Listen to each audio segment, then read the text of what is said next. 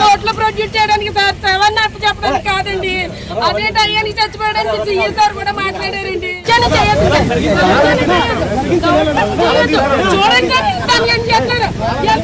చూడండి చూడండి అసలు మేము ఏ తప్పు చేయలేదు. ఆ మనుషుల గురించి కూడా మేము అడగట్లేదు.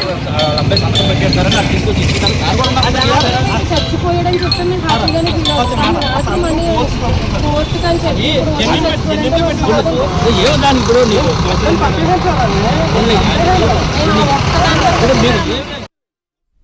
తుని అత్యాచారం కేసులో నిందితుడు నారాయణరావు మృతిపై కుటుంబ సభ్యులు అనుమానం వ్యక్తం చేస్తున్నారు. రాత్రి నారాయణరావును రిమాండ్కు తరలిస్తున్నట్లు పోలీసులు తమ ఇంటికి వచ్చి సంతకాలు తీసుకున్నారని, అదే సమయంలో చెరువులోకి దూకి చనిపోయాడని ఇప్పుడు చెబుతున్నారని ఆరోపిస్తున్నారు. నారాయణరావును పోలీస్ స్టేషన్ నుంచి రిమాండ్కు తరలిస్తుండగా మార్గం మధ్యలో ఉన్న సీసీ ఫుటేజ్ బయట పెట్టాలని డిమాండ్ చేస్తున్నారు.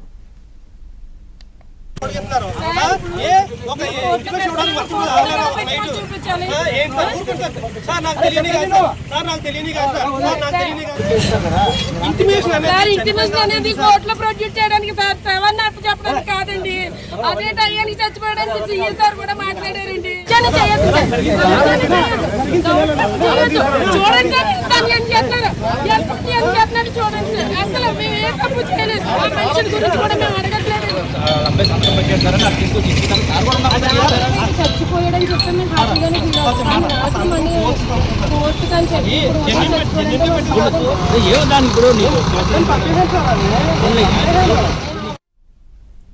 తుని అత్యాచారం కేసు నిందితుడు నారాయణరావు రాత్రి న్యాయాధికారి దగ్గర తీసుకువెళ్లేటప్పుడు చెరువులో దూకి ఆత్మహత్య చేసుకున్నాడు. అదేవిధంగా ఆయన ఆత్మహత్యపై ఇటు కుటుంబ సభ్యులు కూడా అనుమానం వ్యక్తం చేస్తున్నారు. చెప్పడానికి కాదండి. అదే టయానికి చచ్చిపోవడానికి సీఏ సార్ కూడా మాట్లాడారండి. చూడండి చూడండి అసలు మేము ఏ తప్పు చేయలేదు. ఆ మనుషుల గురించి కూడా మేము అడగ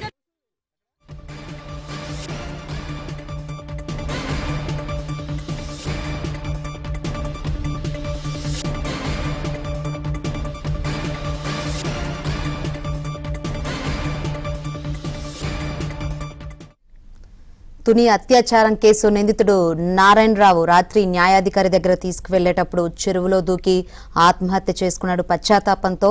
ఇక మరోవైపు నారాయణరావు మృతిపై కుటుంబ సభ్యులు ఇటు అనుమానం వ్యక్తం చేస్తున్నారు. అసలు ఏం చెబుతున్నారు కుటుంబ సభ్యులు ఏంటో తెలుసుకుందాం. మరిన్ని వివరాలు అందించేందుకు మా ప్రతినిధి అప్పారావు సిద్ధంగా ఉన్నారు. అప్పారావు, ఏంటి కుటుంబ సభ్యులు అనుమానం వ్యక్తం చేసినట్టు కనిపిస్తుంది, ఏం చెప్తున్నారు?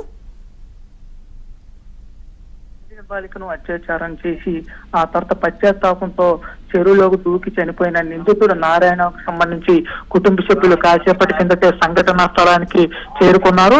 ఏదైతే చెరువులో మృతదేహం లభ్యమైన ప్రాంతం వద్ద పోలీసులతో కాస్త వాగ్వివాదాన్ని దిగారు. తమ తండ్రి గాని తమ మామయ్య గాని ఈ విధంగా చనిపోవడం కరెక్టేనని, అయితే మైనర్ బాలికను అత్యాచారం చేసిన వ్యక్తి బతకూడదని వాళ్ళు చెప్తున్నారు. అయితే చనిపోయిన తీరుపై మాత్రం కొంత అనుమానాలు వ్యక్తం చేస్తున్నారు. ప్రధానంగా రాత్రి 10:30 పోలీసులు వచ్చి తమను సంతకం పెట్టాలని, ఎందుకు అని అడిగితే న్యాయాధికారి ముందు ప్రవేశపెట్టే ముందు సంతకం కుటుంబ సభ్యుల్లో ఒకటి తీసుకోవాలని అడిగారని, అయితే తాము ఉదయం సంతకం పెడదామంటే తాను ఇప్పుడే కానీ చెప్పి పోలీసులు సంతకం తీసుకున్నారని పేర్కొన్నారు. అయితే ఈ సంతకం తీసుకున్న 10:37 తర్వాత చెరువులో దూకి తప్పించుకున్నాడని పోలీసులు తమకు సమాచారం ఇచ్చారని చెప్తున్నారు. అయితే అప్పటికే నారాయణరావు చనిపోయాడని పోలీసులు మాత్రం ఈ విషయాన్ని దాచిపెట్టి తమ దగ్గర సంతకం తీసుకున్నారని, ఇలా ఎందుకు చేశారని చెప్పి కోడలు కొడుకు ప్రశ్నిస్తున్నారు.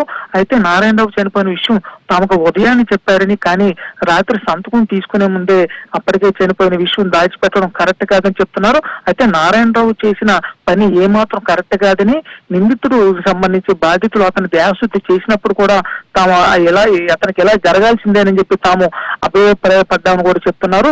అయితే బాలికను అత్యాచారం చేసిన విషయం ఏమాత్రం క్షమించడం నేరమని, అలాంటి వ్యక్తి చనిపోవడం కరెక్టేనని సమర్థించుకున్నారు.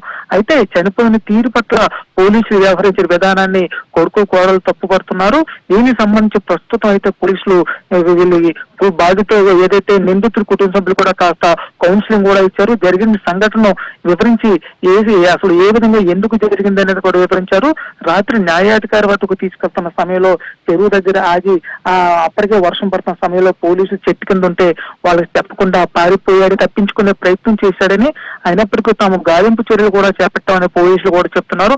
ఫైర్ డిపార్ట్మెంట్ కూడా సమాచారం ఇచ్చారని చెప్తున్నారు. తమ తప్పేం లేదని నిందితుడు పశ్చాత్తాపంతో ఆత్మహత్య చేసుకున్నాడని పోలీసులు వివరించారు. అయితే కుటుంబ సభ్యులు మాత్రం ఈ విషయంలో కొంత అనుమానం ఉన్నాయని కూడా చెప్తున్నారు. ప్రస్తుతం అయితే వీరికి పోలీసులు కౌన్సిలింగ్ ఇచ్చి పంపించేశారు. అయితే ఏదేమైనా ఒక కామాంధుడికి ఈ విధంగా తగిన సాధ్యత జరగాల్సిందని చెప్పి స్థానికులు అభిప్రాయపడుతున్నారు. Thank you Apparao.